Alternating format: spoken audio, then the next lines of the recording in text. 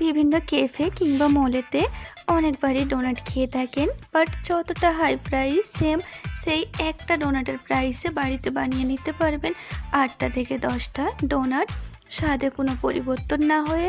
তো চলো রেসিপি দেখে নেওয়া যাক। প্রথমে গরুর দুধ নিয়ে নিলাম একদম হালকা গরম, তার সাথে দিয়ে দেবো চিনি আপনারা কম বেশি করে নিতে পারেন। আমি এখানে 4 টেবিল স্পুন চিনি নিয়েছি। তারপর মিষ্টির স্বাদ ব্যালেন্স রাখার জন্য দিয়ে দিলাম স্বাদ মতো নুন। তারপর দিয়ে দেবো একটা ডিমটা অবশ্যই রুম টেম্পারেচারে থাকা দরকার, যদি ফ্রিজে থাকে তাহলে ইস্টটা অ্যাক্টিভ হবে না। তার সাথে দিয়ে দিলাম 1 table spoon east, dry east. এই ইস্টটা আপনারা ইজিলি পেয়ে যাবে অনলাইনে। তার সাথে দিয়ে দিলাম কুকিং অয়েল, আপনারা চাইলে ঘি বা বাটারও দিতে পারেন। সব কিছু উপকরণ একসাথে মিক্স করে নিচ্ছি, রেস্টে রাখার দরকার নেই, জাস্ট মিক্স করলেই হবে। তারপর অল্প অল্প ময়দা দিয়ে সফট ডো বানিয়ে নিয়েছি। সরি, মাখানোর প্রসেসটা আমি দেখাতে পারলাম না, যখন ভিডিওটা শ্যুট করছিলাম ফোন মেমোরির কারণে ভিডিওটা হচ্ছে না, তার জন্য দুঃখিত। তারপর ময়দাটা মিখিয়ে রেখে দিয়েছিলাম রেস্টে 1 ঘন্টার জন্য।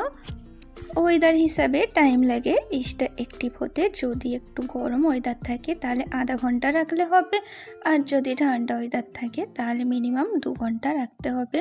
যেই পাত্রটাই আমি করব ইয়ানি ডোনাটের শেপ দেব, সেখানে আগে অয়েল ব্রাশ করে নিয়েছি।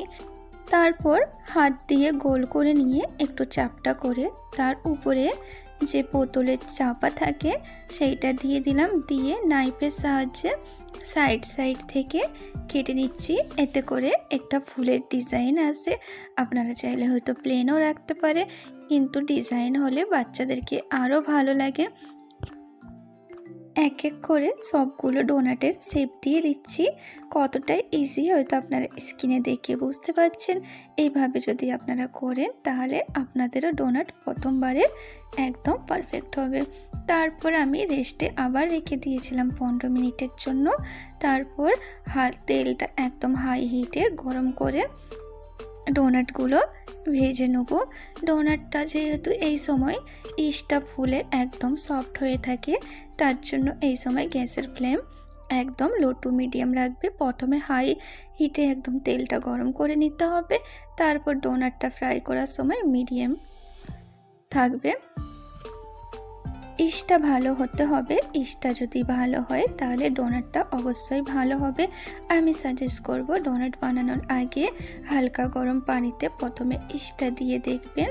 যখন ইস্টটা অ্যাক্টিভ হবে তখন বানাতে যাবেন ডোনাট, নেই তো ইস্ট যদি না ভালো হয় তাহলে ডোনাটও হবে না। আমার ভিডিওটা আপনারা দেখছেন কিন্তু লাইকও করছেন না এবং সাবস্ক্রাইব করে পাশে একদম মোটেই থাকছেন না। একটু সাপোর্ট করুন যাতে আরও নতুন নতুন ভিডিও বানাতে পারি।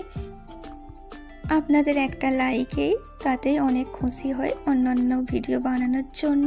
তো প্লিজ একটা লাইক করে একটা ভালোভাবে কমেন্ট তো করতে পারেন। তারপর যেটা ফুলের শেপ দিয়ে রেখেছিলাম সেইটাও ভেজে নিচ্ছি। এই সময় একদম লো টু মিডিয়াম ফ্লেমে রাখবে, তাতে করে ভেতরে কাঁচা থাকে না। আর যদি হাই ফ্লেমে রেখে দেন তাহলে এই সময় ওপরে কালার চলে আসবে এন্ড ভেতরে কাঁচা রয়ে যাবে, তাতে করে খেতেও ভালো লাগে না মোটেই। এন্ড কাঁচা রয়ে যায় তাতে একদম ভালোও লাগে না মুখে গেলে। এক এক করে সবগুলো ডোনাট ভেজে নিচ্ছি।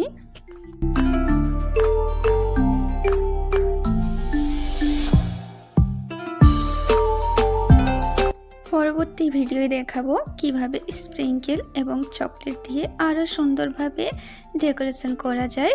আজকের ভিডিওটা আমি এখানেই শেষ করলাম, আবার আসবো অন্য কোনো ভিডিও নিয়ে।